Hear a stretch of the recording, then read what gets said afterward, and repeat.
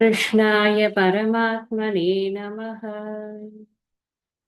ஸ்ரீமத் பகவத்கீதை 4வது அத்தியாயத்தை நமக்கு தெரிஞ்ச வரைக்கும் இயன்ற வரைக்கும் குருநாதர் அனுகிரகத்தினால அதுல இருக்கக்கூடிய ஸ்லோகங்களின் பொருளை எல்லாம் நம்ம சிந்தனை பண்ணி சாரத்தையும் பார்த்து முடிச்சிருக்கோம். அடுத்தது 5வது அத்தியாயத்துக்கு போகணும். சந்நியாச யோகம் அப்படிங்கிறது இந்த அத்தியாயம். சொல்ல போனா இது தலைப்பு இன்னொரு அத்தியாயமா இருக்கே தவிர்த்து விஷயம் அப்படியேதான் கண்டினியூ ஆக போகுது.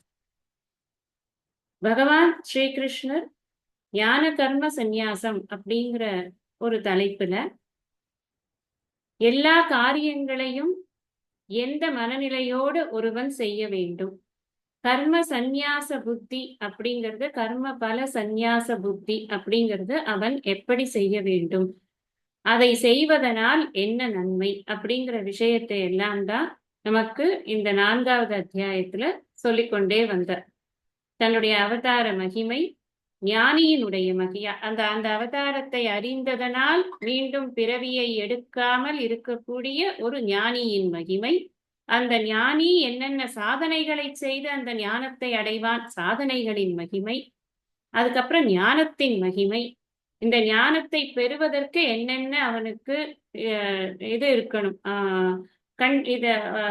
தகுதிகள் வேண்டும் அப்படிங்கிற விஷயங்கள், இப்படி எல்லாத்தையும் சொல்லி இந்த ஞானத்தை தவிர இன்னொரு விஷயம் உலகத்துல ஈக்குவலா சொல்லவே முடியாது நம்மை தூய்மைப்படுத்துவதற்கு அப்படின்னு ஞானத்தை கொஞ்சம் நன்னாவே வசத்தி சொல்லியிருக்கார். இந்த முடிக்கிறச்சு இந்த ஞான கர்ம சந்நியாச யோகத்தை முடிக்கிற போது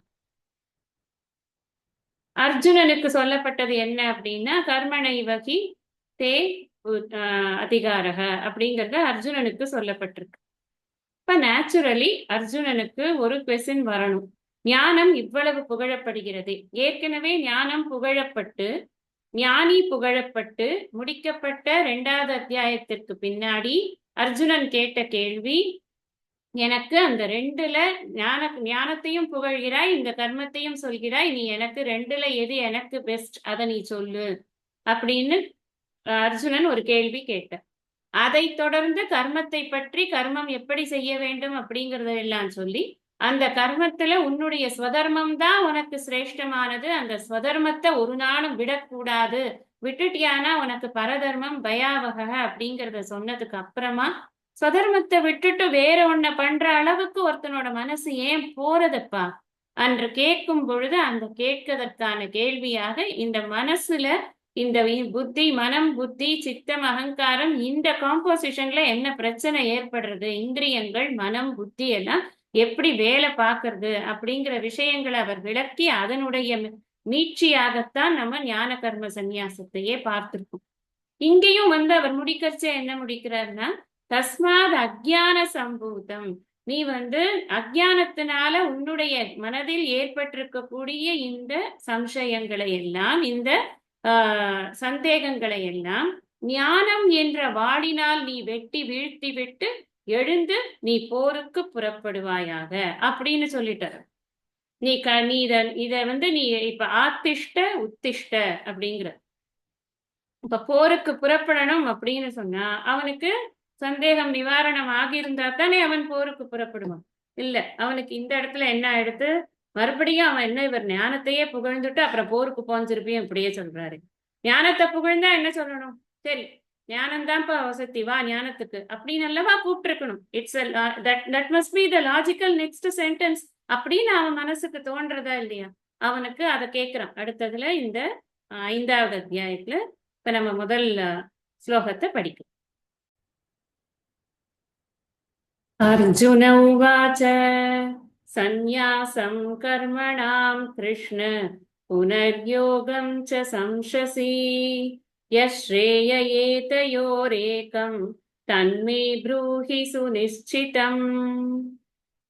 ஹே கிருஷ்ண, கர்மணாம் செயல்களின், சந்நியாசம் துறவை, சம்சசி புகழ்கிறாய். இப்பதான் புகழ்ந்த ஞானம் என்ற இந்த வாளால் நீ அந்த சந்தேகத்தை எல்லாம் வெட்டி விட்டு, இப்ப அறிவுதான் முக்கியம் அப்படின்னா சந்நியாசம் தான் அறிவை கொடுக்கிறது அப்படின்னு அவன் நினைச்சு கொண்டிருக்கிறான். சந்நியாசம் என்ற வாழ்க்கை முறையில் அவன் அபியாசம் பண்ணி அந்த அறிவை பெறுகிறான். அதனால அதுதான் கிருஷ்ணர் சொல்றாருன்னு அவன் நினைத்து கொண்டிருக்கிறான். அங்க சந்நியாசம் துறவை சம்சசி, நீ துறவை புகழ்கிறாய். புனக மீண்டும், யோகம் ச கர்ம யோகத்தையும் நீ புகழ்கிறாய்ன்னு நம்ம சப்ளை பண்ணி, மீண்டும் கர்ம யோகத்தையும் நீ புகழ்கிறாய்.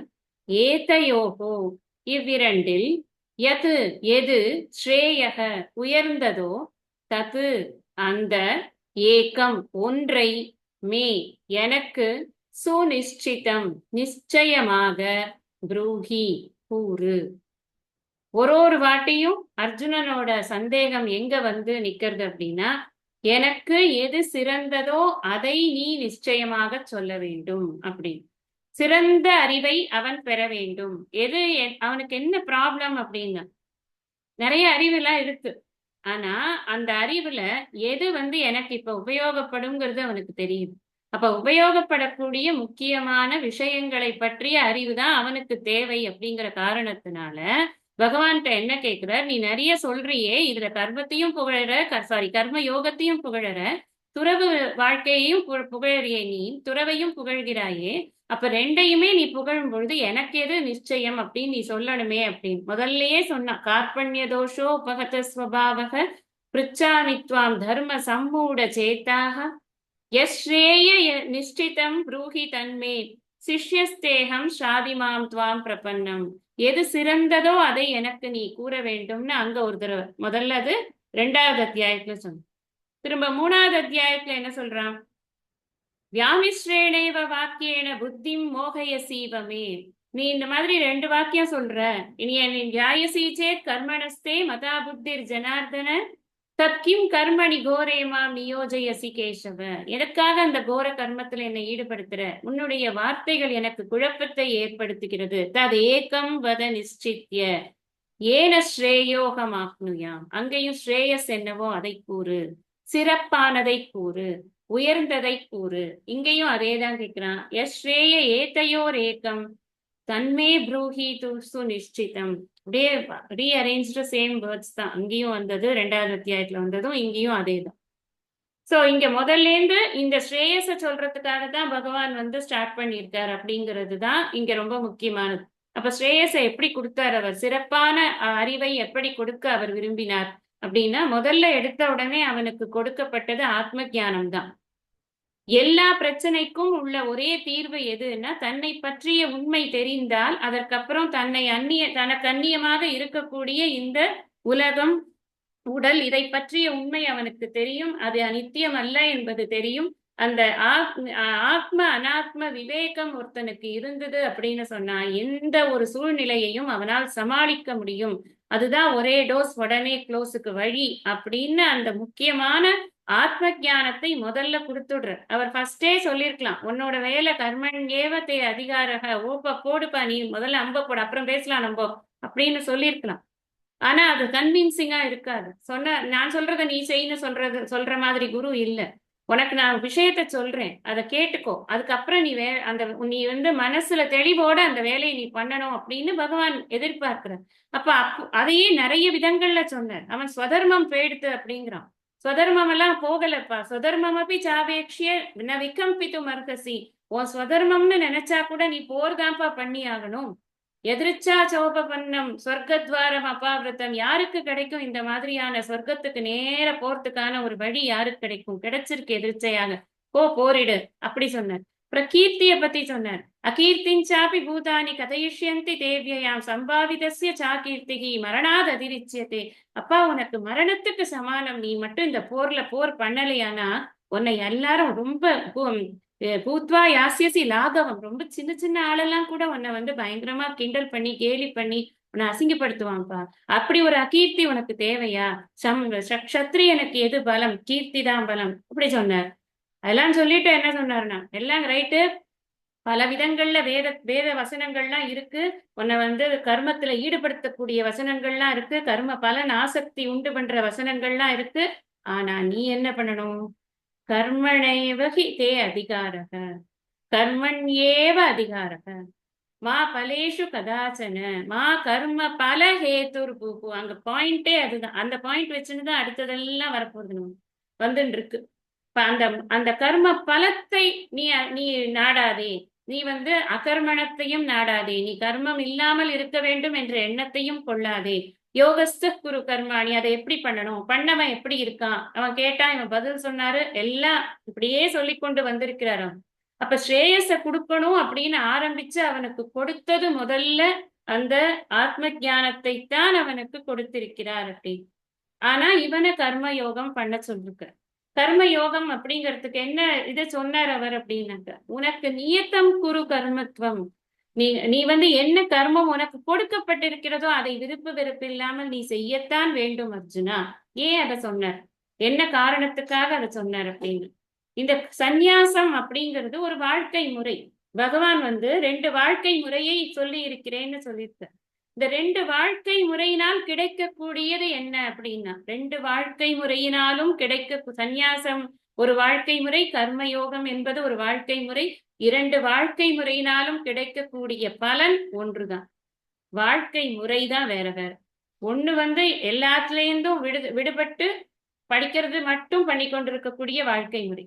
இன்னொன்று எல்லாத்தையும் பண்ணிக்கொண்டு படிக்கிறதையும் பண்ணிக்கொண்டு இந்த கர்மங்களினுடைய பலன்களில் இச்சை வைக்காமல், கர்ம பல இச்சை இல்லாத ஒரு व्यक्तिயாக இருந்து அவனுக்கு சித்த சுத்தியோடு கர்மங்களை பண்ணி கொண்டிருப்பது.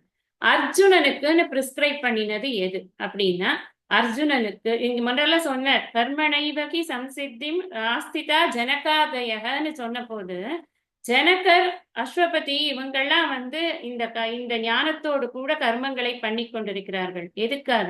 லோக சங்கிரகத்துக்காக அவர்கள் செய்து கொண்டிருக்கிறார்கள் அப்படின்னு சொன்னார்.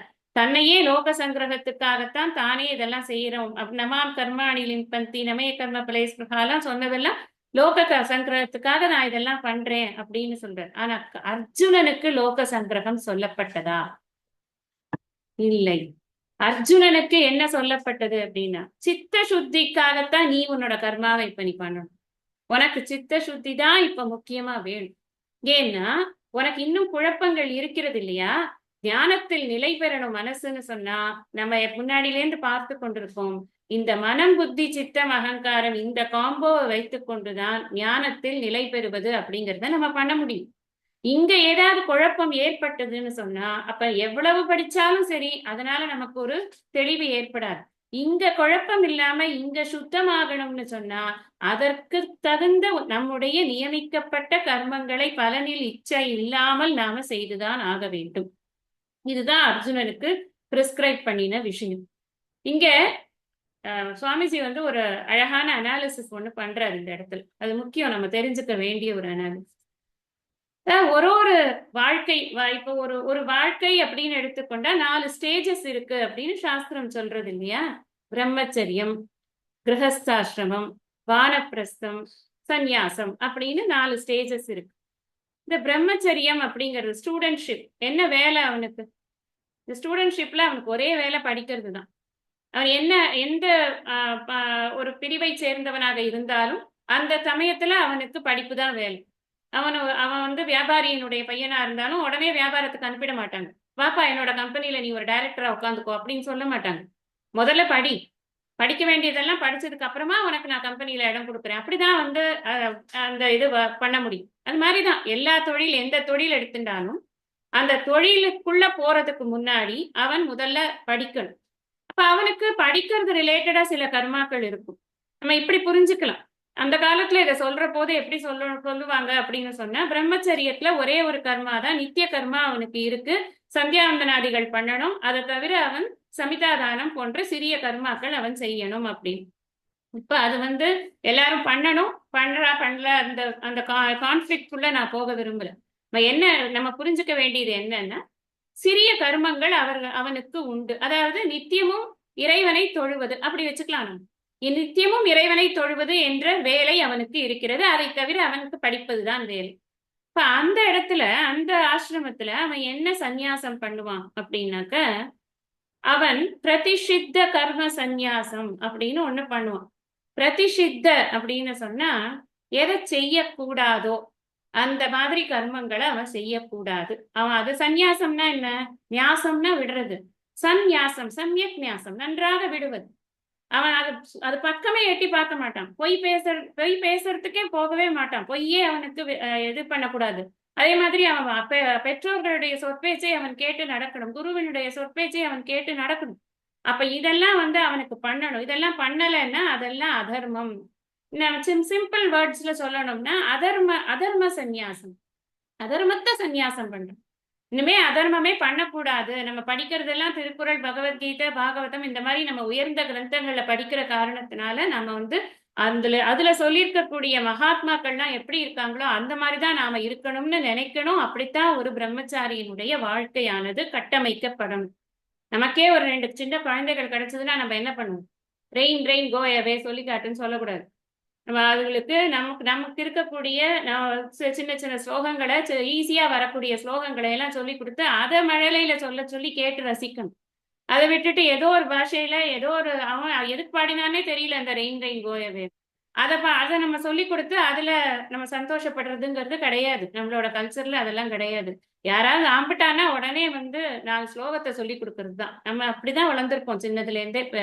நம்மளோட பாட்டி தாத்தாலாம் அப்படிதான் நம்மளை வளர்த்துருக்காங்க. அப்ப கிரகஸ்தாசிரமம் அந்த இடத்துல விஷயம் புரிஞ்சுக்க வேண்டியது என்னன்னா, ஒரு பிரம்மச்சாரிக்கு எதை சந்நியாசம் பண்றான்னா தீயவற்றை சந்நியாசம் பண்றான். தீவினை அச்சம் அவனுக்கு கம்ப்ளீட்டா இருக்கணும், எப்பவுமே இருக்கணும். தீவினை செய்யவே கூடாது அப்படின்னு. அடுத்தது கிரகஸ்தாசிரமத்துக்கு வரணும். அப்ப அவன் கிரகஸ்தன ஆகிறான், இல்லறத்தான் ஆகிறான். இல்லறத்தானுக்கு நம்ம ஏற்கனவே கர்மங்கள் எல்லாம் என்னன்னு பார்த்திருக்கோம். நித்திய கர்மம், நைவித்திக கர்மம், காமிய கர்மம், பிராயஷ்சித்த கர்மம்னு 4 விதமான கர்மங்களை நம்ம பார்த்தோம். இல்லறத்தை ஆரம்பிச்ச புதுசுல நிறைய தேவைகள் இருக்கு. ஒரு வீடு தேவையா இருக்கும், ஒரு குழந்தை தேவையா இருக்கும், நல்ல ஆரோக்கியம் தேவையா இருக்கும், தன்னுடைய வளங்களை வளப்படுத்திக் கொள்வதற்கு தேவையா இருக்கும். வயல் வாய்க்கால்னு இருந்ததுன்னா அங்கெல்லாம் நிறைய விளைச்சல் வரணுங்கிறதெல்லாம் தேவையா தான் இருக்கும். இப்படி எல்லா தேவையும், பணத்தேவை இருக்கும், எல்லா தேவையும் இருக்கும். அதனால காமிய கர்மங்கள் செய்யத்தான் செய்யும். காமிய கர்மங்கள்னா என்ன? பலனை விரும்பி செய்யக்கூடிய பூஜைகள், ஹோமங்கள், அது போன்றவைகள் தான் காமிய கர்மம். ஜெபங்கள், இதெல்லாம் காமிய கர்மம். அதெல்லாம் அவன் செய்து கொண்டிருப்பான். செய்ய செய்ய கொஞ்சம் கொஞ்சமா, அதே சமயத்துல அவனுக்கு சில துன்பங்கள் வரும். இப்ப துன்பங்கள் வரும்போது அவன் என்ன பண்ணுவான்? யார்கிட்டயாவது பெரியவங்கள்ட்ட கேட்பான். யாராவது இந்த பிராயஷ்சித்தம் பண்ணு, இந்த பிராயஷ்சித்தம் பண்ணுன்னு சொன்னாக்க அந்த பிராயஷ்சித்த கர்மங்களை செய்து தன்னுடைய துன்பத்தை தீர்த்து கொள்வதற்காக அவன் ஓடுவான். அப்ப இதெல்லாம் கிரகஸ்தாசிரமத்துல காமனா பார்க்கக்கூடிய விஷயம். லாஸ்ட் வரைக்கும், மூச்சு போகிற வரைக்கும் அவன் இப்படியே பிராயஷ்சித்தம் பண்ணிக்கொண்டு இப்படியே காமிய கர்மத்தை பண்ண, முறுக்கு கடிக்க முடியல, பல்லு வேணும்னு ஒரு ஹோமம் பண்ண முடியுமா என்ன? எவ்வளவு நாள் பண்றது? எதை பண்றது நம்ம? அதனால கொஞ்ச நாள் ஆக ஆக என்ன ஆகும்? மனசு பக்குவம் அடையும். இந்த கர்மங்கள் எல்லாம் அது முறையா பண்ணும் பொழுது கொஞ்சம் கொஞ்சமா பக்குவத்தை கொடுக்கும். அந்த இல்லறத்துல இருக்கும் சுவாமிஜி ஒரு கிளாஸ்ல சொல்லுவார், நமக்கு எதுக்கு உறவுகள் இருக்கு அப்படின்னா, நம்மளோட கர்மாவை போக்குறதுக்கு தான் உறவுகள் இருக்கு. கர்ம பலன்கிறது என்ன? இன்ப துன்பங்கள் தான். அதை எதன் மூலமாக அனுபவிக்கிறோம்? இல்லறத்துல உறவுகள் மூலமா தான். ஒரு நாள் கடுகடுங்கிறது, ஒரு நாள் அப்படியே மேல விழுந்து பிடுங்கி பிராண்டுறது, ஏதோ ஒரு நாள் ஒரே ஆசையா பாசமா நிக்கிறது, ஒரு நாள் நீ யாரோ நான் யாரோ, உன்கிட்ட எதுக்கு நான் பேசணும்னு நிக்கிறது. எல்லாமே நம்மளுக்கு என்ன மனசுல இன்பமோ துன்பமோ ஏதோ ஒண்ணு மாறி மாறி வந்து கொண்டிருக்கு. இது இந்த உறவுகள்ங்கிறத பகவான் படைச்சிருக்கிறதே நமக்கு கர்மா தீரத்துக்கு தான் அப்படின்னு ஒரு கிளாஸ்ல சொல்லுவார். எதுக்கு சொல்றேன் அப்படின்னு சொன்னா, நமக்கு இந்த இந்த கர்ம பலன் என்பது இந்த விதமாக நம்ம அனுபவித்துக் கொண்டு இருக்கிறோம். கொஞ்சம் கொஞ்சமா நாளாக நாளாக இந்த கர்ம பலன் அனுபவிக்கிறதுங்கிறது நமக்கு என்ன கொடுக்கும்? மனசுக்கு ஒரு பக்குவத்தை கொடுக்கும்.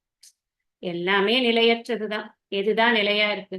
இன்னைக்கு இருந்தவங்க நாளைக்கு இல்ல, சரி பரவாயில்ல, நாமளும் அப்படி we have to move on, இதுவும் கடந்து போகும் அப்படின்னு எல்லாம் பெரிய தத்துவம் எல்லாம் நம்ம மனசுல பயங்கரமா உதிச்சு ஒரு பக்குவம் ஏற்படும். இல்லறமே நம்மளை அந்த பக்குவத்துக்கு அடிச்சு உதைச்சு கொண்டு வந்துரும் எப்படியோ. அப்படி பக்குவம் வரும் பொழுது அவன் என்ன பண்ணுவான்? கேட்கறத விட்டுருவான் பகவான்கிட்ட. நான் என்னத்த கேட்கறது? ஒன்னும் கேட்கறதுக்கே இன்னும் இல்லை, ஏதோ நடக்கிறது நாராயணன் செயல், அப்படிதான் போயிட்டு இருக்கு வாழ்க்கை அப்படின்னு கொஞ்சம் பக்குவம் ஆகும்போது சும்மா போய் நொய்யோ நொய்யோ நொய்யோன்னு எனக்கு இதை கொண்டா அதை கொண்டான்னு கேட்கறதுங்கிறது இருக்காது இல்லையா? அப்போ ஆட்டோமேட்டிக்கா என்ன ஆகுது? காமிய கர்மம் அப்படிங்கறது விட்டு போயிடுது. வாழ்க்கையோட பக்குவம் அந்த காமிய கர்மம். இன்னும் விடலைன்னா பக்குவம் வரலன்னு அர்த்தமாயிடும். அப்ப பக்குவமானது இந்த காமிய கர்மத்தை நமக்கு விட்டுடுறது. பிராயஷ்சித்த கர்மமும் அதே போலதான். நம்ம கொஞ்ச நாள் ஆக ஆக நமக்கு வாழ்க்கையினுடைய விஸ்தீரணம் புரிய புரிய இது இப்படித்தான் இருக்கும் அப்படின்னு தெரிஞ்சதுக்கு அப்புறம் கொஞ்சம் சத்சங்கங்கள்லாம் சேர்ந்ததுக்கு அப்புறம், கொஞ்சம் குரு கிட்டேந்து விஷயங்களை படிக்க ஆரம்பிச்சதுக்கு அப்புறம் என்ன ஆகும், இந்த இந்த சூழ்நிலையை நான் மாத்திக்கிறேன் அப்படிங்கிற எண்ணமானது நமக்கு போயிடும். மாத்திக்கிறதுக்கு ஒண்ணும் இல்ல. நீ பிராரப்த கர்மத்தை அனுபவிச்சுத்தான்ப்பா ஆகணும். உனக்கு அதுல ஆப்ஷனே கிடையாது. நீ வந்து வர வர விஷயங்களை அப்படியே ஏத்துக்க வேண்டியதுதான். அப்படிங்கறது நமக்கு புரிய ஆரம்பிக்கிறச்சே, பிராயஷ்சித்தத்துக்கு ஓடுறதுக்கு மனசு இனிமே வந்து ரெடியா இருக்காது. பரவாயில்ல, வாட் இஸ் தட்? இன்னும் அந்த உடம்ப அனுபவிக்கணும் அனுபவிப்போம். மனசு அனுபவிக்கணுமா அனுபவிக்கட்டும். மனசும் நானும் ஒன்னா, மனசும் நானும் உண்மையா என்ன, மனசும் உடம்பும் உண்மையா என்ன அப்படிங்கிற எண்ணம் வருமா இல்லையா? அப்படி வர வர என்ன ஆகும், இன்னும் அவன் ஞானி ஆகல. நல்ல ஞாபகம் வச்சுக்கோ, அவன் படிச்சு கொண்டே இருக்கக்கூடிய ஒரு ஸ்டேஜ்ல. அப்ப அவனுக்கு கொஞ்சம் கொஞ்சமா அவனோட கையை விட்டு இந்த காமிய கர்மம் போறது, பிரதி இது பிராயஷ்சித்த கர்மம் போறது. நம்ம வந்து அநியாயம் பண்றவங்களை பத்தி பேசவே இல்லை. அதனால அதர்மம் கர்ம சந்நியாசம்ங்கிறதே நம்ம சொல்லல. இருந்தாலும் சொல்லிக்கலாம். முதல்ல ஏதோ அதர்மம் பண்ணிட்டு இருந்தா அப்புறம் பண்ணலன்னு கூட வேணா சொல்லிக்கலாம். இப்ப இருக்கிறது மீதி என்னது? 2 நித்திய நைமித்திக கர்மங்கள். நித்திய கர்மம், நைமித்திக கர்மம் சொல்லியிருக்கேன் நிறைய தடவை. ரிப்பீட்டிஷன் இருந்தா கூட சொல்றேன் உங்களுக்கு. நித்திய கர்மம்னா டெய்லி பண்ற ரிச்சுவல்ஸ், பூஜா. நைமித்திக கர்மம்னா அப்பப்ப வரக்கூடிய பூஜைகள். ஆடி ஆடி மாசத்துல ஒண்ணு வருது, ஆவணி மாசத்துல ஒண்ணு வருது, எல்லாம் பாக்குறோமே. நம்ம கிருஷ்ண ஜெயந்தி வருது, அப்புறம் கார்த்திகை வருது, இப்படி எல்லாம் வருது இல்லையா? விநாயகர் சதுர்த்தி, இது மாதிரி எல்லாம் வருது. சில இதெல்லாம் இருக்கு, ஜபங்கள் இருக்கு, சில நோன்புகள் இருக்கு. இதெல்லாம் நைமித்திக கர்மங்கள். திதிகள், பெரியவர்களுக்கு நம்ம முன்னோர்களுக்கு கொடுக்கக்கூடிய திதிகள், இதெல்லாம் வந்து நைமித்திக கர்மங்களாக இருக்கு. அப்போ அந்த நிமித்தம் வரும்போது பண்ணக்கூடிய கர்மம். டெய்லி பண்ணி கொண்டிருக்க மாட்டோம் அதெல்லாம்.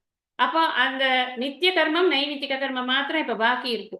இப்ப இந்த கிரகஸ்தாசிரமத்தில் இருக்கக்கூடியவனுக்கு இந்த கொஞ்சம் கொஞ்சமா மனசு பக்குவம் ஆக ஆக அவன் என்ன பண்ணணும் அப்படின்னு சொன்னா, நித்திய கர்மம் நைமித்திக கர்மம் பண்ணும்போது எந்த காமிய பிரார்த்தனையும் இருக்கக்கூடாது. எனக்கு இது வேணும், அதுக்காக தான் நான் டெய்லி பூஜை பண்றேன், எனக்கு இது வேணும், அதுக்காக தான் நான் வந்து என்னோட இந்த ஃபெஸ்டிவல்ஸ் எல்லாம் கொண்டாடுறேன், அதெல்லாம் கிடையாது. ஒரே குறிக்கோள் தான், நிஷ்காமமாக. சகாம பலன் எதிர்பார்க்காமல் இருக்கிறது. சகாமமா பண்ணாம நிஷ்காமமாக சித்த சுத்தியை முன்னிட்டுத்தான் அவனுடைய நித்திய நைமித்திக கர்மங்கள் இருக்கும். அதத்தான் என்ன சொல்றார் அப்படின்னு சொன்னா, கர்ம பல சந்நியாசம் அப்படின்னு சொல்றார். இந்த கர்ம பல சந்நியாசம் அப்படின்னா என்ன? இந்த கர்ம எப்படியும் அந்த கர்மத்துக்கு ஒரு பலன் உண்டு. நாம விரும்புறோமோ விரும்பலையோ, நீங்க இதெல்லாம் பாத்தீங்கன்னா வரலட்சுமி பூஜை அதெல்லாம் நீங்க பூஜா விதானத்துல எல்லாம் பாத்தீங்கன்னா அதுக்கு ஒரு கதை போட்டிருக்கும். இந்த பூஜையை பண்ணவர்கள் அதுக்கப்புறம் ராஜாவா வாழ்ந்தார்கள், அப்படி வாழ்ந்தார்கள், முதல்ல அவர்களுக்கு கஷ்டமா இருந்தது, அதெல்லாம் கதையெல்லாம் போட்டிருக்கும். எல்லா பூஜைக்கும் ஒரு கதை இருக்கும், அதோட பலன் இருக்கும். அந்த பலன் அதுவா வரப்போறது. அதை நாம எதிர்பார்க்கல.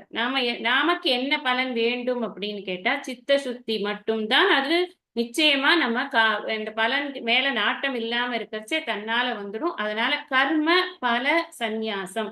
அப்போ இது முதல்ல காமிய பிராயஷ்சித்த சந்நியாசத்தை பண்ணிடுறான். அந்த ரெண்டு இதையும் அவன் பண்ண போறதே கிடையாது. So he leaves that. இப்போ கர்மத்துல நித்திய நைமித்திக கர்மத்துல இருக்கிற கர்ம பலத்துல சந்நியாசம் பண்ணிடும். சோ கிரகஸ்தனுக்கு 2 விதமான சந்நியாசத்தை பண்ணியாச்சு. 2 ஸ்டேஜ் ஆஃப் சந்நியாசம் பண்ணியாச்சு. அடுத்தது என்ன இருக்கு? வானப்பிரஸ்தமா இருக்கு. இந்த கிரகஸ்தனே வானப்பிரஸ்தம் ஆகும் போதுதான் இந்த கர்மபல சந்நியாசத்தை பண்றான். Actually strictly speaking. ஏன்னா கிரகஸ்தனா இருக்கிற வரைக்கும் அவனுக்கு அது பண்ண முடியாது. வானப்பிரஸ்தம்ங்கிறது வேற ஒண்ணும் இல்லை. நமக்கு மனசு வந்து கொஞ்சம் பக்குவம் ஆகும் பொழுது நம்ம நிறைய நேரத்தை வந்து சாஸ்திரத்துக்கு கொடுக்கலாம், இந்த பூஜை புனஸ்காரங்களை கொஞ்சம் குறைச்சிக்கலாம் அப்படின்னு நினைக்கிற சமயத்துலதான் அவன் வானப்பிரஸ்தத்துக்கு வரான். அந்த இடத்துல அவன் பண்ணக்கூடிய கொஞ்சோண்டு பூஜை புனஸ்காரங்களுக்கு கூட பலனை எதிர்பார்க்காமல் அவன் சித்த சுத்திக்காக பண்ணுகிறான். அதான் கர்ம பல சந்நியாசம். 4வது ஆசிரமம் இது சந்நியாச ஆசிரமம். இந்த சந்நியாச ஆசிரமத்துல மாத்திரம்தான் ஒரு மனிதனுக்கு கர்ம சந்நியாசம் பண்றதுக்கு அதிகாரத்தை சாஸ்திரம் கொடுக்குது. கர்ம சந்நியாசம் நீ பண்ணவே வேண்டாம். டெய்லி சந்தியாவந்தனம்ங்கிறது உன்னுடைய கர்மாவா? அதை நீ வானப்பிரஸ்தம் வரைக்கும் நீ பண்ணிதான் ஆகணும். அன்டில் அண்ட் அன்லெஸ் நீ சந்நியாசம் ஆசிரமத்துக்கு வர வரைக்கும் நீ கட்டாயம் எல்லா கர்மங்களையும் பண்ணத்தான் வேணும். ஆட்டிடியூடு மட்டும் அப்படி இருக்கலாம். ஆனா சந்நியாசம் ஆனதுக்கு அப்புறம் அந்த நித்திய நைமித்திக கர்மா கூட அவனுக்கு கிடையாது. ஒரு வானப்பிரஸ்தன் சந்நியாசம் எடுத்துக்கிறான்னா அவனுக்கு வந்து ஒரு நோன்பா கொண்டாடணும்னு அவசியம் கிடையாது, அவன் திதி கொடுக்கணும்னு அவசியம் கிடையாது. ஏன்னா அவன் மறுபிறப்பு எடுத்து அவன் ஒரு சந்நியாசியாக வாழ்கிறான் அப்படிங்கிறது சாஸ்திரம். அதனால அங்க மாத்திரம்தான் அவனுக்கு கர்மத்தை சந்நியாசம் பண்றதுக்கு அதிகாரமானது சாஸ்திரம் கொடுத்திருக்கு. இப்போ இந்த கிரகஸ்தனுக்கு கர்மம் பண்ணி கொண்டிருக்கிறான், கர்ம பலத்தை சந்நியாசம் பண்றான் கிரகஸ்தாசிரமத்தில். எதுக்காக அவன் வந்து அந்த வேலை பண்றான் அப்படின்னா, அவனுக்கு இப்ப நீங்க பார்த்தீங்கன்னா தெரியும், நமக்கே ஒரு ஸ்லோகம் படிக்கிறதுக்கு கொஞ்சம் இவ்வளவு நேரம் ஆகுது. இன்னும் நம்ம கீதை பூரா படிக்கணும். அப்புறம் நம்ம இது மட்டும் படிக்கிறது இல்ல, பிரஸ்தானத்திரயம் பூரா படிக்கணும், எல்லா 10 உபனிஷத் படிக்கணும், அப்புறம் பிரம்மசூத்திரம் படிக்கணும். இப்படி எல்லாம் நிறைய படிக்கிறதுக்கு ஆசையா இருக்கு அப்படின்னா, நம்ம நம்ம வந்து உண்மை அறிவை பெற வேண்டும், மெய் அறிவை பெற வேண்டும் அப்படின்ற ஆசை அவனுக்கு இருக்கு. அதனால முமுட்சுவா இருக்கான் அப்படின்னு சொன்னா, அவன் வந்து 3 ஹவர்ஸ் அவன் வந்து பூஜை பண்ணான்னு வச்சுக்கோங்க. ஒரு நாளைக்கு 3-4 ஹவர்ஸ் நான் பூஜையிலேயே செலவு பண்றேன். என்ன அவன் டயர்ட் ஆயிடும். அதுக்கப்புறம் கொஞ்சம் சாப்பிடுவோம். திருப்பி சாயந்தரம் ஆனா கை கால நம்பி திரும்ப விளக்கேத்தி திரும்ப அவன் பூஜையை பண்ணுவான். அப்புறம் திரும்ப டயர்ட் ஆயிடுவான், சாப்பிட்டு தூங்கிடுவான். எப்ப படிப்பான்? அதனாலதான் சாஸ்திரம் என்ன சொல்றது அப்படின்னா, நீ அதுக்கு டயத்தை குறை, இங்க டயத்தை கூட்டு. இந்த 24 மணி நேரத்துக்குள்ள ஒரு டைம் அட்ஜஸ்ட்மெண்ட் தான். சந்நியாசம் அப்படிங்கிற வாழ்க்கை முறை என்னன்னா டைம் மேனேஜ்மெண்ட்டுக்கு சௌகரியம். ஆனா எல்லாருக்கும் அது ஒத்து வராது. யாருக்கு முடியறதோ அவங்க தான் சந்நியாசம் பண்ண முடியும். சில பேர் வந்து கிரகஸ்தாசிரமத்துல இருந்துதான் ஞானத்தை பெறறதுக்கான இது இருக்கும். அவர் ஞானம் உண்டா இல்லையான்னு கேட்டா இல்லைன்னு சொல்லவே இல்லையே. கிருஷ்ணர் அதனாலதான் சொல்ற, சந்நியாசம் கர்மணாம் கிருஷ்ண புனர் யோகம் ச சம்சசின்னு அவன் கேட்டான். எது எனக்கு நிச்சயம் அப்படின்னு கேட்டாக்க கிருஷ்ணர் அடுத்த இதுல பதில் சொல்லிடுவார், எல்லாம் ஒண்ணுதான்ப்பா, ரெண்டும் ஒண்ணுதான். It is going to lead to the same road, அவ்வளவுதான்.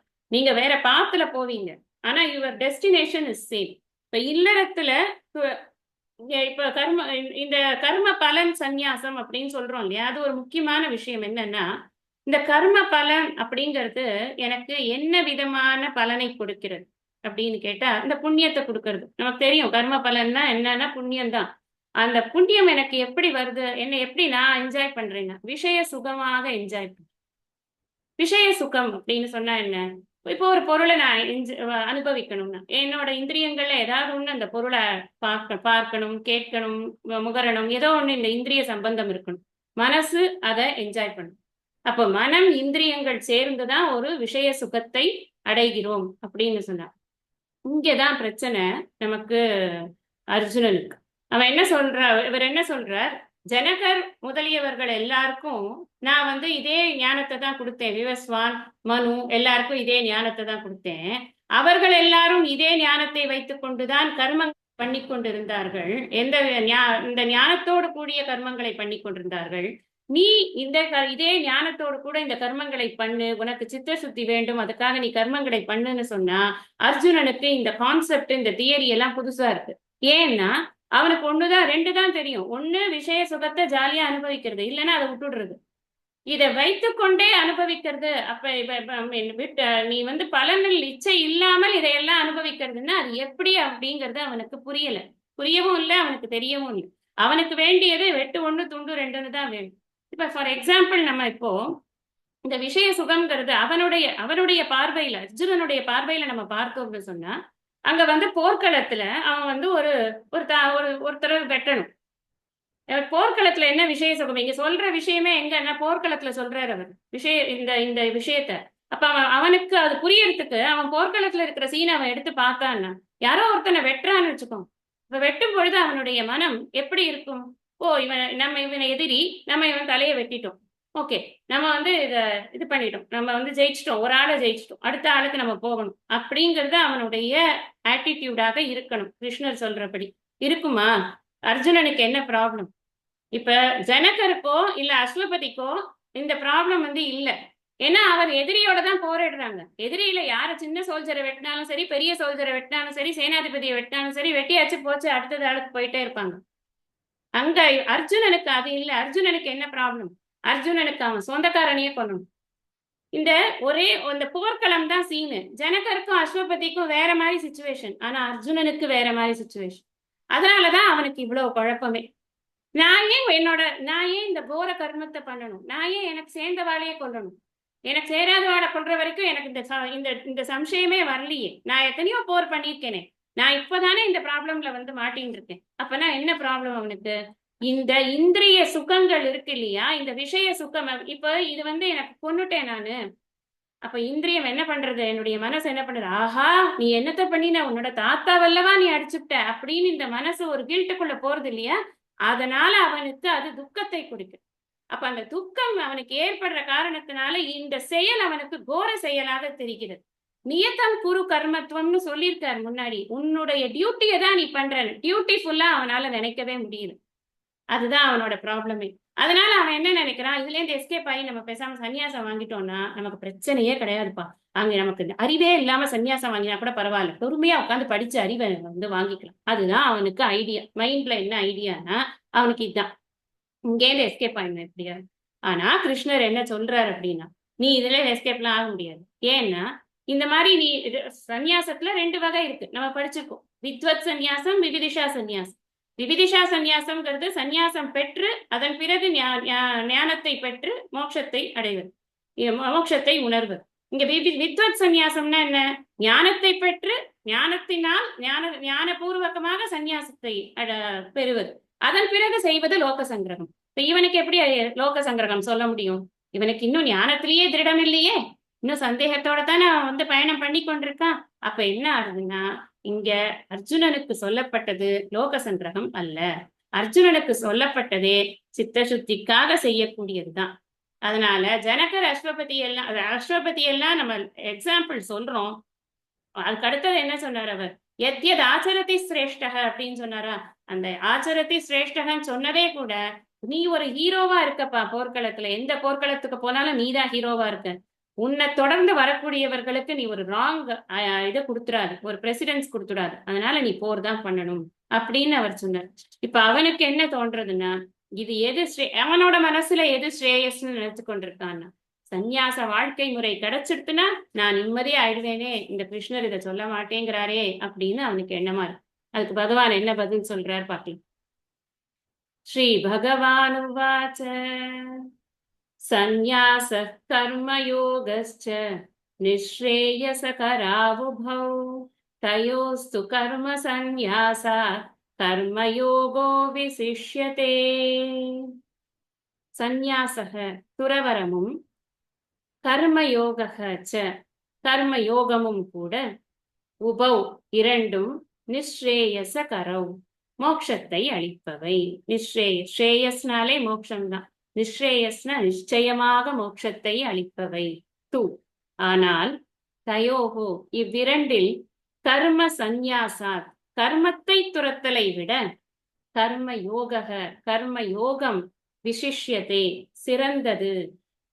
அது ஏன் சிறந்தது, கர்மத்தை துறப்பதை விட கர்ம யோகம் சிறந்தது. யாருக்குன்னு கேட்டா பக்குவம் இல்லாதவர்களுக்கு இதுதான் சிறந்தது. இந்த பக்குவம் இல்லாதவர்கள் தான் மெஜாரிட்டி. இப்ப நான் சொன்னது முன்னாடி சொன்ன இந்த முதல் ஸ்லோகத்துல சொன்ன விஷயங்கள் எல்லாம் நீங்க யோசிச்சு பார்த்தோம்னா நமக்கு என்ன புரியும் அப்படின்னா, எனார்மஸ் ட்ரெமெண்டஸ் பக்குவம் வேணும். ஒரு போர்க்களத்துல நின்று நீங்க இப்படியே யோசிப்பாங்க, போர்க்களத்துல நின்று எனக்கு எதிர்க்க என்னோட தாத்தாவை நான் வெட்டணும், வெட்டிட்டு நான் என்ன பண்ணணும், எனக்கு கண்டிஷன் என்ன, கிருஷ்ணர் சொல்ற நியத்தம் குரு கர்மத், ஞாபகம் வச்சுக்கோங்க அதெல்லாம், நியத்தம் குரு கர்மத் வேணான்னு ஐ ஹவ் பீட்டன் ஹிம். அது அப்ப வெட்டியாச்சு, அவனோட தலையை வெட்டியாச்சு, அது யாருன்னு பார்க்க கூடாது, டக்குன்னு அடுத்த அதே பாய்ச்சல்ல போய் தாண்டி போய் அடுத்த சோல்ஜர்கிட்ட நான் போகணும். அதுக்கு எவ்வளவு பக்குவம் வேணும். அந்த இடத்துல நான் அந்த மூஞ்சியை பார்க்க கூடாது, அந்த உருவத்தை பார்க்க கூடாது, அந்த உருவத்தோட நான் என்னென்னலாம் இமோஷன்ஸ் அண்டர்கோ பண்ணியிருக்கேன்னு நான் பார்க்க கூடாது. இது எத்தனையும் எனக்கு பக்குவம் வேணுமா வேண்டாம். இது இல்லாம நான் எப்படி சந்நியாசம் வாங்கிக்கிறது, சந்நியாசத்துல இன்னும் நிறைய டேஞ்சர் இருக்கு.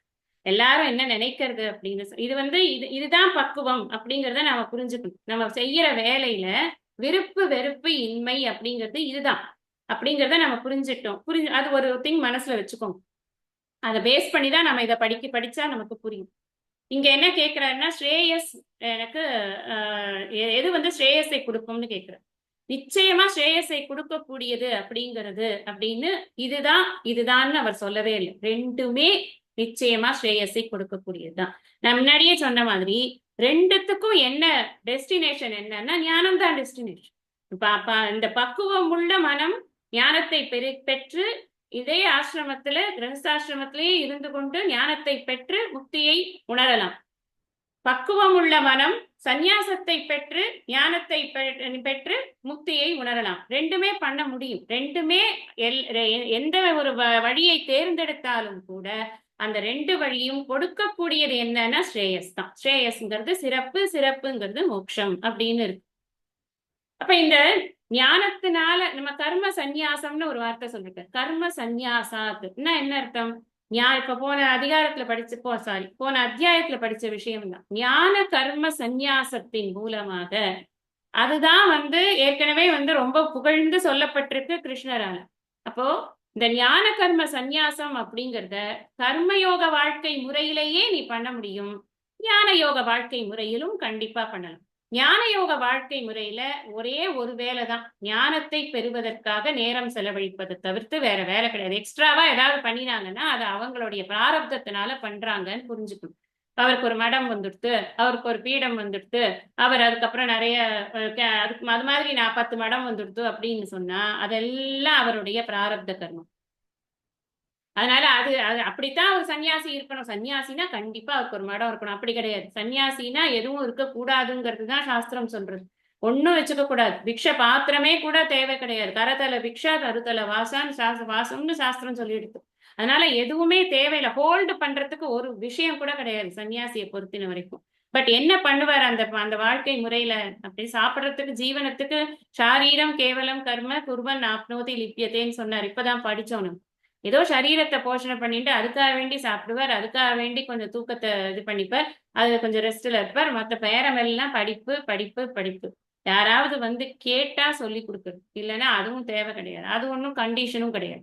ஸ்ரோத்ரியன் பிரம்மனிஷ்டனா குரு இருக்கணும் தான் கண்டிஷன் இருக்கே தவிர சன்னியாசி ஸ்ரோத்ரியன் பிரம்மனிஷ்ட குருவா இருக்கணும்னு ஒரு கண்டிஷனும் இல்லை. சன்னியாசிக்கு he need not do anything அப்படின்னு இருக்கு, ஒன்லி நாலேஜ்.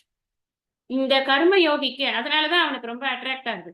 ஒன்றும் பண்ண வேண்டான்ற இடத்துல என்ன போட மாட்டேங்கிறாப்பா, இவன் பாட்டுக்கு இங்க கொண்டு வந்து போட்டு வச்சிருக்கானே அப்படின்னு. கர்ம யோகத்துல என்ன அப்படின்னா நாலேஜும் அவன் பெற வேண்டும்.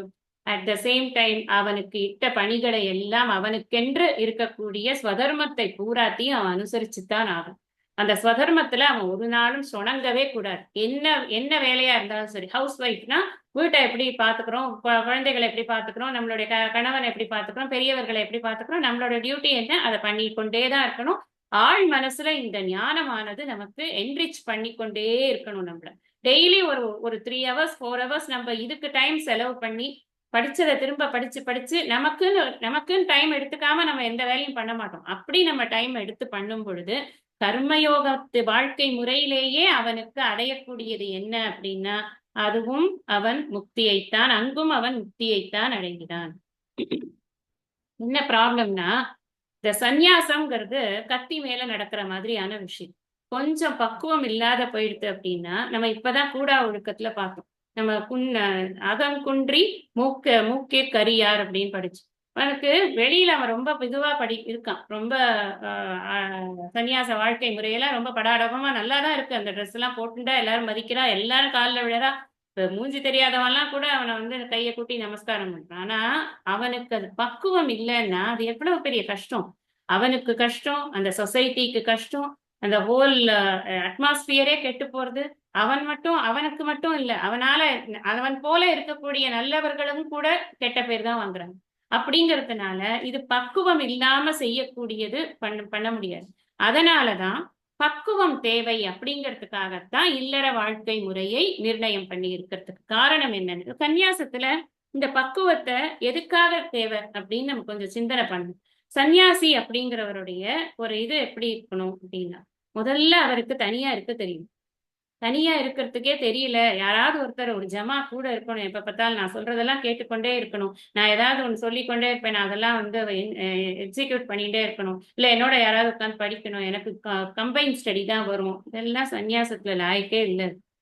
ஏகாந்தே சுகமாஸ்னுதேன்னு சொல்லியிருக்காரு. அவன் மட்டும் ஏகாக்கி அவன் அப்படித்தான் இருக்கணும். அப்படி இருக்கிறது தான் அவனுக்கு நல்லது அப்படி.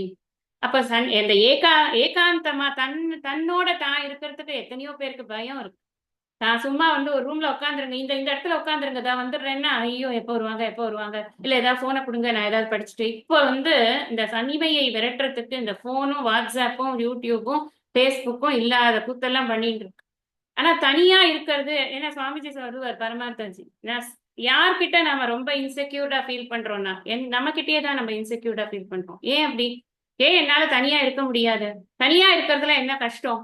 தனியா இருக்கிறச்சே வேற யாரும் இல்ல, நான் மட்டும் தானே இருக்கேன். என்ன கண்டெம்ப்ளேட் பண்றதுக்கு எனக்கு என்ன பயம்? பயமே இருக்க வேண்டிய அவசியம் இல்லை. தித்தியாத்மை பயம் பவத்தின் சாஸ்திரம் சொல்றதே. நான் ஏக்கமா தானே இருக்கேன், ஒன்னா இருக்கேன், ஒரு ஆள் தானே இருக்கேன், நான் ஏன் வந்து பயப்படுறேன்? ஏன்னா நம்மளோட பழக்கம் அந்த மாதிரி இருக்கு. நமக்கு நிறைய இது ஒருத்தர் ரெண்டு பேர் இல்லை, நிறைய பேருக்கு இது மாதிரி இருக்கு. அதெல்லாம் ஒரு ஃபோபியா. சோ அப்படி இருந்து பக்குவமே இல்லாம அவன் எப்படி வந்து சன்னியாசத்துக்கு போக முடியும்? பக்குவம் வேணும். இல்லறத்துல அந்த பக்குவத்துக்கு நிறைய சான்சஸ் இருக்கு நமக்கு. அதே மாதிரி ஆசை இல்லாம இருக்கணும். சன்னியாசம் வாங்கிண்டாச்சு, அதுக்கப்புறம் யாராவது ஒருத்தர் வந்து நம்ம கிட்ட பேச வராங்க, நீங்க நல்லா நீங்க ஏதாவது நல்ல வார்த்தைங்க சொல்லுங்க அப்படி இப்படின்னு சொல்ல வராங்கன்னு, அவங்க கையில என்ன வச்சிருக்காங்க, அவங்க என்ன பிராண்ட் செல்போன் வச்சிருக்காங்க, அந்த பிராண்ட் நல்லா இருக்கா, அது எனக்கு கிடைச்சா நல்லா இருக்குமே நினைக்கிறவனா இருந்தான்னாக்கா எல்லாம் வந்து என்ன எங்க கொண்டு போய் சேர்க்கறது? அந்த சன்னியாச ஆசிரமம் வீணா போகுது. சோ சன்னியாச ஆசிரமம்ங்கிறது ஜஸ்ட் லைக் தட் கொடுத்துட முடியாது. இவன் இவன் நினைக்கிறான் இல்லையா, என்ன சன்னியாச ஆசிரமம் தான் பெஸ்ட், நீ ஏன் சொல்ல மாட்டேங்கிறான் இந்த கிருஷ்ணன்னு? கொடுக்க முடியாது அந்த மாதிரி. நேத்து வரைக்கும் எல்லா விதமான ஆசைகளையும் அனுபவித்தவன் இவன். இவன்கிட்ட போய் நீ இப்ப ஆசை இல்லாம இருக்கணும்னு சொன்னா அவனால இருக்க முடியும். It's not practically possible for him. அதை சொல்ல மாட்டார் இல்லையா கிருஷ்ணர். ஆசையின்மை, அதே மாதிரி பற்று இல்லாம இருக்கணும். ஏதாவது எனக்கு இத்தனை சிஷியர்கள்லாம் வந்தா தான்ப்பா இன்னைக்கு எனக்கு வந்து ஓடும், இல்லைன்னா எனக்கு மூஞ்சியை தொங்க போட்டுன்னு உட்காந்துட்டு இருப்பேன். என்னை பார்க்க யாருமே வரல, எனக்கு மட்டும் யாருமே, எனக்கு சிஷ்ய சம்பத்தே இல்லை அப்படின்னு எல்லாம் வந்து வருத்தப்பட்டுட்டு இருந்தா எதுக்கு சன்னியாசம் பண்ணது? தன்னில் தான் இன்புற்று இருப்பதற்குத்தான் சன்னியாசம். சன்னியாசமே அதுக்கு தான் பண்ணியிருக்கணுமா இருந்தது. அதுக்கு ஆக்சுவலி தன்னில் தான் இன்புற்று இருப்பதற்கு சன்னியாசமே தேவையில்லை, கர்மயோகத்திலேயே பண்ணலான்னு தான் கிருஷ்ணர் சொல்றேன். ஆனாலும் நம்ம வந்து நான் சன்னியாசம் எடுத்துக்கொண்டு நான் வந்து அதை அனுபவிக்கிறேன், அந்த அந்த அந்த தனிமையை ஏகாந்தத்தை அனுபவித்து நான் நிறைய டயத்தை கொடுக்குறேன்னு சொன்னா அங்க வந்து துக்கப்பட்டுட்டு இருக்க கூடாது. இந்த மனுஷன் வரல, அந்த மனுஷன் வரல, அவன் என்ன பார்க்கல, இவன் என்ன சிரிக்கலன்னு. இதெல்லாம் இந்த இல்லறத்துல பண்ணக்கூடிய விஷயங்கள். இதெல்லாம் பண்ண பண்ண இல்லற வாழ்க்கை என்னை பக்குவமாக்குகிறது.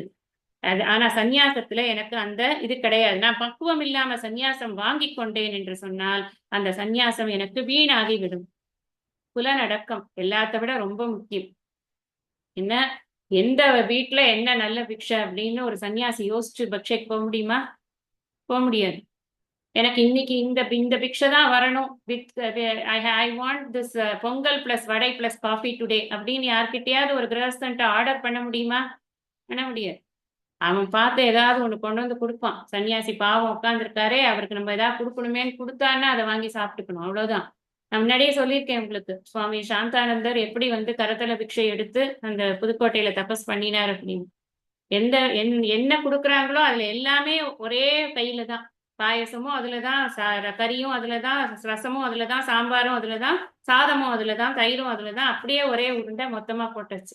8 கவலத்துக்கு மேல சாப்பிடக்கூடாதான் சன்னியாசிகள் எல்லாம். இப்ப ஃபாலோ பண்றது ரொம்ப கஷ்டமா இருக்கு நிறைய விஷயங்கள்.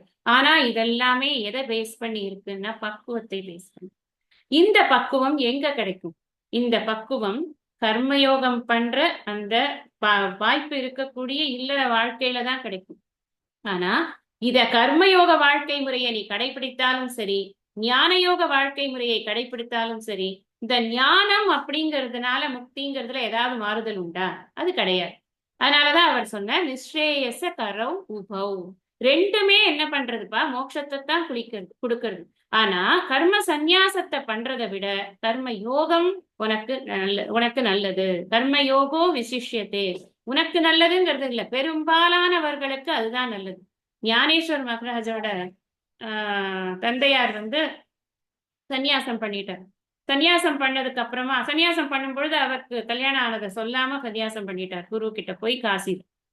அப்புறம் அந்த குருவோட அவர் இந்த ஆலந்திக்கு வர சமயத்துல அவ ஒய்ஃப் வந்து பிக்ஷை போடும் பொழுது, நீ வந்து நிறைய புத்திரர்களோடு சுகமா இருக்கணும்னு அவர் ஆசீர்வாதம் பண்றாரு அந்த குரு. அப்ப அந்த ஒய்ஃப் சொல்றா, அது எப்படி சாத்தியமாகும்? என் ஹஸ்பண்ட் தானே உங்களை கூட இப்ப சன்னியாசியா இருக்காரு அப்படின்னு. அப்புறமா அந்த குரு வந்து நீ சன்னியாச ஆசிரமத்தையும் திரும்ப கிரகஸ்தாசிரமத்துக்கு வான்னு சொல்ற. சுவாமிஜி இந்த கதையை ஏன் சொல்றாரு அப்படின்னா, இந்த சந்நியாச ஆசிரமம் இஸ் இர்ரிவர்சிபிள் அப்படிங்கிறத புரிஞ்சுக்கணும். அதுக்காக சொல்றேன். இது வந்து நாம ஒரு டெசிஷன் எடுத்துட்டோம்னா எண்ணி துணிக கருமம். இந்த டெசிஷன் எடுத்தோம்னா அந்த டெசிஷன்ல நிக்கிறதுக்கு நம்மளுக்கு இருக்கணும், நம்மளால முடியணும். அப்படியே டெசிஷன் அப்ப இந்த இவரோட கேஸ்ல என்ன, அந்த டெசிஷன் இவர் எடுத்தார் ரைட், ஆனா பொய் சொல்லி அவர் பொய் ஏமாத்தி எடுத்துட்டார். அது தப்பு இல்லையா? அந்த மாதிரி பண்றது. குரு வந்து திருப்ப வான்னு சொல்லிட்டார். இதுல என்ன இந்த இந்த இவருடைய சரித்திரத்துல என்ன விஷயம் அப்படின்னு சொன்னா, அப்படி திரும்ப வந்ததுக்கு அப்புறம் என்டையர் ஊரும் அவங்கள தள்ளி வச்சுடுறது. அந்த மாதிரி பண்ணக்கூடாது, சன்னியாசி வந்து கிரகஸ்தன ஆகக்கூடாதுன்னு தள்ளி வச்சுடுறது.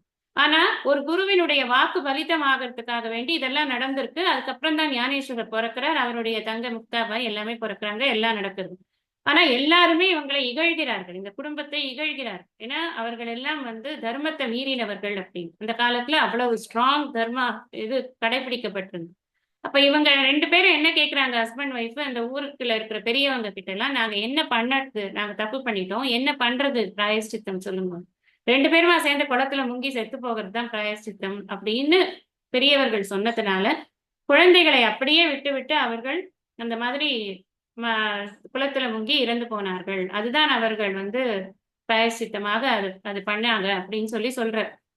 எனக்கு என்ன அர்த்தம்னா, நீ ஒன்ஸ் ரிவர்ஸ் பண்ணணும்னு நினைச்சேன்னா அது செத்து போறது தவிர வேற வழி கிடையாது. அதான் விஷயம்.